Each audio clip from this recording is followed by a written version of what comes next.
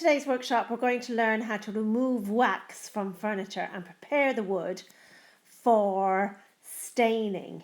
And this is staining with a water-based stain, where you really have to prepare the wood properly, especially pine. Oak is great, gives great results. Pine is terribly unpredictable and can be prone to a blotchy effect. So what we're going to have to do here is, with all this wax, is first of all get it off with white spirit and methylated spirit, and then we're going to sand it down using 3 grades of sandpaper. And it's really important, as you can see here with these 2 drawers that I've done, that you do go down through the 3 grades, because one of these drawers, the drawer on the right, is beautiful. It feels like glass, and the other one I haven't done the 3rd grade of sandpaper yet. I've only done 2, and that still feels quite rough. So you need to prepare the wood properly, otherwise the stain is going to take unevenly and it's going to sink down into the open grain more. So we need to work up to our 240 sanding pad, and you'll see me do it before we can even consider staining. Now, this wood isn't in very good condition. I don't know if this plan is going to work out, but the great thing about these products, they're all water-based. If it looks absolutely terrible at the end, I can either go in with the gel stain afterwards, which is very forgiving, or I can just paint over it. So none of that's going to matter. There's the beautiful drawer that feels like glass, because I did a good 5 minutes on this one with my 240 sanding pad. And it really does feel lovely. The other one still feels rough and it's in very bad condition, as you can see, but that still needs to have its 240 sanding pad one on that one. You can't actually take wax off just by using sandpaper. That doesn't work. As you can see, it just clogs up the sandpaper and pushes it down into the grain more. So you have to use white spirit or mineral spirit, or there is a citric deglossing thing you can buy in the States, but I don't know if you can get it here. I'm now going to clean the top of this and scrub it down with a scrubby sponge and some white spirit. White spirit directly onto the wood to try and break down, soften and break down this wax. So let it dry and then go again. 2 good scrubs I gave this with the white spirit, and even still I didn't get it all off, so I had to go again. This is a labour of love. This is not easy getting this wax off, but it's something that has to be done. After a good 2 scrubs with the white spirit, you can see an awful lot of it did come off. Over there on the right hand side where my hand is, I did try and sand down a bit then, but it was just clogging up my sandpaper because there's still too much of it on. So I'm going to go in now with methylated spirit for the obviously tougher areas, and I'm going to put the methylated spirit straight on, and you can see it breaking it down even as you work. So I've gave that a couple of scrubs again with the methylated spirit, and this is all before you can sand. So your first job when you've got a waxed piece of furniture is to get that wax off, if you are going in with any water-based product over it.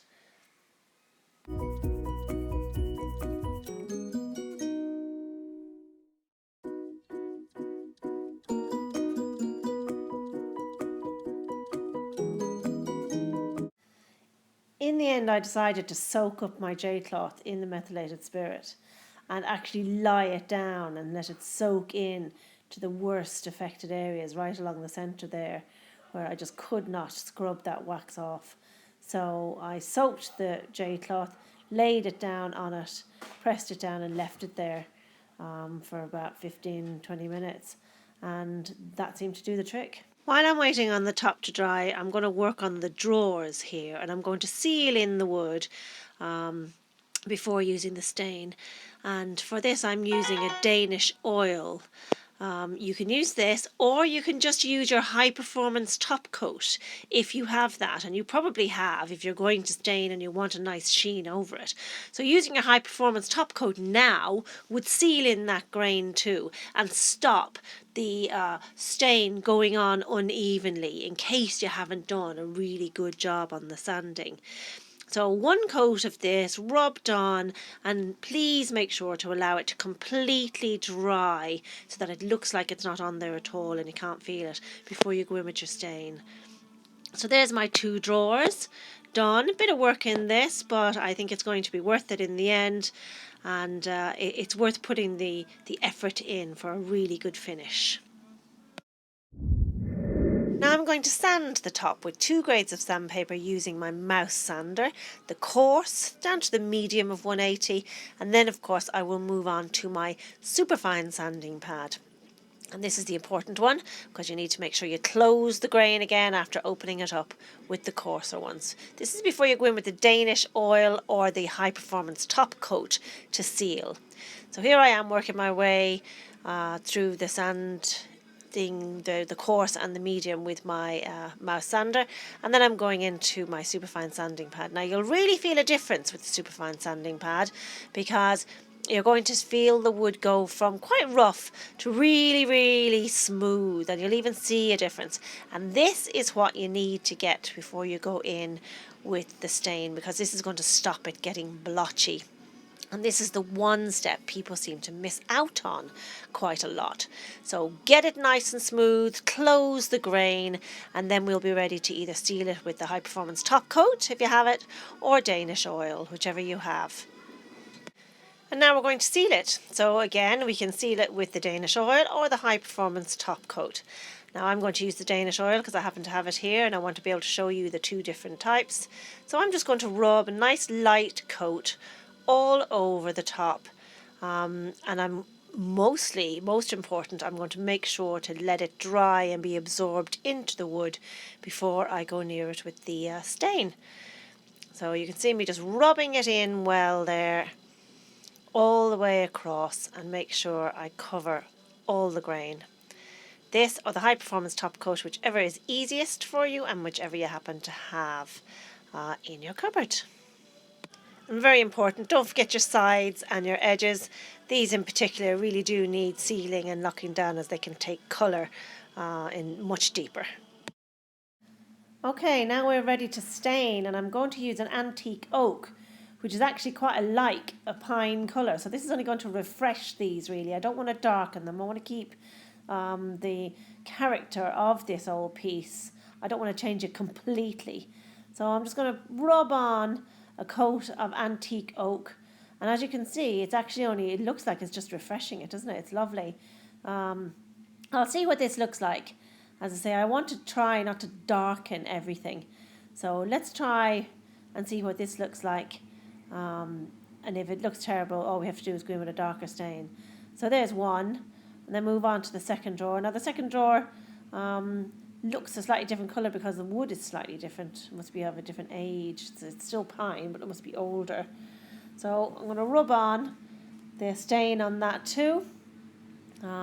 Looks a little bit darker on that drawer, so I'm going to rub it in a bit harder to try and get it the same as the first drawer, as you can see.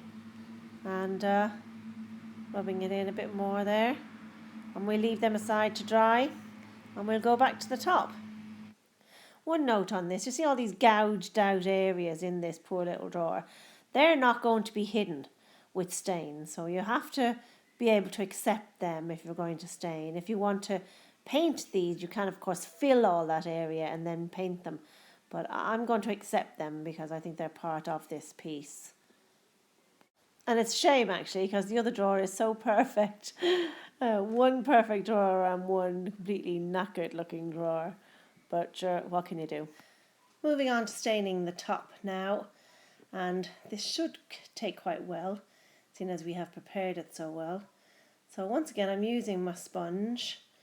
I could be using the foam brush, but I'm getting into the habit of using this sponge now. So plenty of product on, and long strokes, but I'd say just get plenty of product on to start with, and then you can start blending in. And note the way I am going out past the edge. I'm not going to allow it settle at the edge of the piece.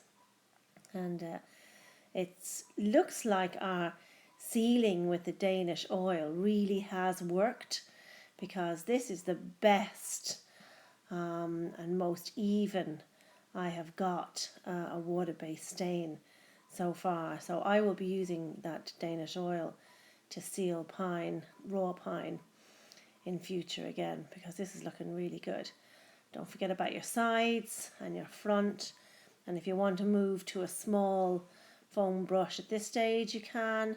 But again, I'm just kind of squeezing it out with my sponge because I think it works quite well. But this is looking nice now, isn't it?